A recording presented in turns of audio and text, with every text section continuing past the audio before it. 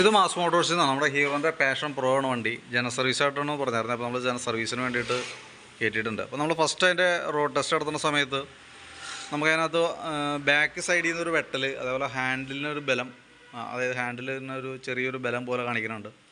ഫ്രണ്ടിൽ നിന്നൊരു ചെറിയ സൗണ്ട് വ്യത്യാസം ഉണ്ടായിരുന്നു. സ്പീഡോമീറ്റർ കേബിൾ പൊട്ടിയിട്ട് തുരുമ്പിട്ട് അതിൻ്റേതായിട്ടുള്ള ചെറിയ സൗണ്ട്. അതൊക്കെയാണ് മെയിനായിട്ട് നമുക്ക് കിട്ടിയ കംപ്ലയിൻറ്റ് കേട്ടോ, കംപ്ലയിൻ്റ് ആയിട്ട് തോന്നിയത്. അപ്പോൾ നമ്മളത് സർവീസുമായി ബന്ധപ്പെട്ട് അതിൻ്റെ ബാക്ക് ബ്രേക്കൊക്കെ ചെക്ക് ചെയ്യാൻ വേണ്ടി അയച്ചാണ്. ബ്രേക്ക് ലൈനറൊക്കെ കമ്പനി ലൈനർ കിടക്കണേ, നല്ല ലൈനറാണ്, വലിയ പഴക്കമില്ല. ഒന്ന് ക്ലീൻ ചെയ്ത് റീസെറ്റ് ചെയ്താൽ മതി. ബാക്ക് സൈഡിൽ നിന്ന് വെട്ടൽ കാണിക്കുന്നുണ്ട്. അതേപോലെ തന്നെ നമുക്ക് ഈ ടയറിൻ്റെ ഭാഗം നോക്കുമ്പോൾ അത് ഈ സൈഡൊക്കെ തേമാനിച്ചിട്ട് കൂടുതൽ പോലെ തോന്നുന്നുണ്ട്.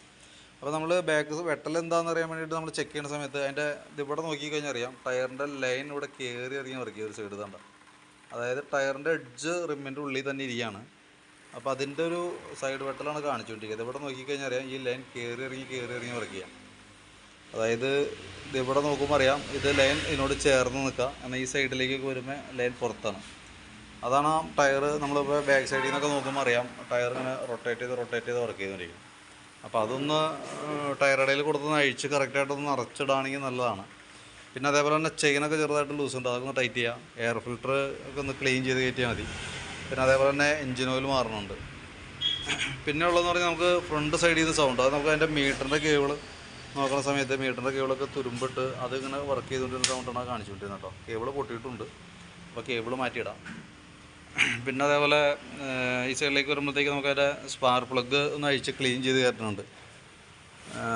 പ്ലഗ് വേറെ കുഴപ്പമൊന്നുമില്ല, ക്ലീനാക്കി റീസെറ്റ് ചെയ്താൽ മതി.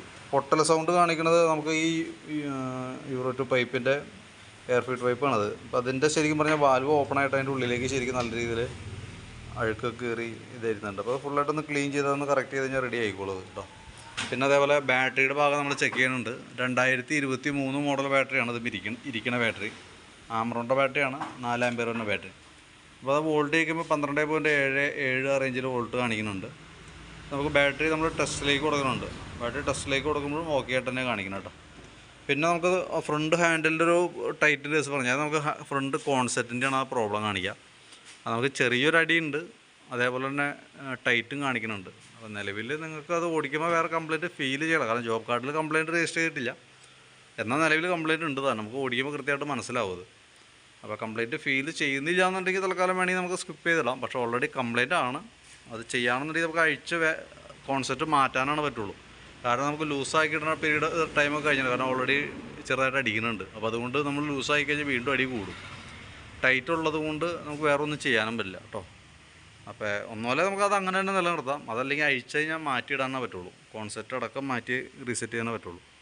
അപ്പോൾ ഇതൊക്കെയാണ് മെയിനായിട്ട് നമുക്ക് ചെക്ക് ചെയ്യുമ്പോൾ കിട്ടുന്ന കംപ്ലയിൻസുകളും അതിൻ്റെ ഡീറ്റെയിൽ ആയിട്ടുള്ള റിപ്പോർട്ടും കേട്ടോ. അപ്പോൾ അതിൻ്റെ ഡീറ്റെയിൽസ് ഒന്ന് എസ്റ്റിമേറ്റും അടക്കം വാട്സാപ്പിലേക്ക് ഒന്ന് സെൻഡ് ചെയ്തിടാം. അപ്പോൾ നോക്കിയിട്ടൊന്ന് റിപ്ലൈ ഇട്ടാൽ മതി.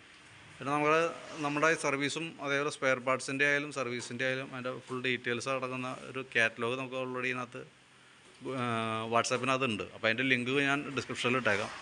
അപ്പോൾ അതിനകത്ത് നോക്കിക്കഴിഞ്ഞാൽ നമുക്ക് അത്യാവശ്യം വണ്ടിയുടെ മെയിൻ്റനൻസുകളെ കുറിച്ചും സർവീസുകളെ കുറിച്ചും അതേപോലെ തന്നെ പാർട്സുകളുടെ ഏകദേശം ഒരു ഡീറ്റെയിൽ ആയിട്ട് പാർട്സുകളുടെ റേറ്റും കാര്യങ്ങളൊക്കെ നമുക്ക് അതിനകത്ത് അറിയാനായിട്ട് പറ്റും. അപ്പോൾ അത് വേണമെങ്കിൽ ഒന്ന് വിസിറ്റ് ചെയ്ത് നോക്കാവുന്നുള്ളൂ കേട്ടോ. അപ്പോൾ ഈ എസ്റ്റിമേറ്റ് ഡീറ്റെയിൽസ് വാട്സാപ്പിലേക്ക് ഒന്ന് സെൻഡ് ചെയ്ത് തരാം. അപ്പോൾ നോക്കിയിട്ടൊന്ന് റിപ്ലൈ ഇടണം കേട്ടോ.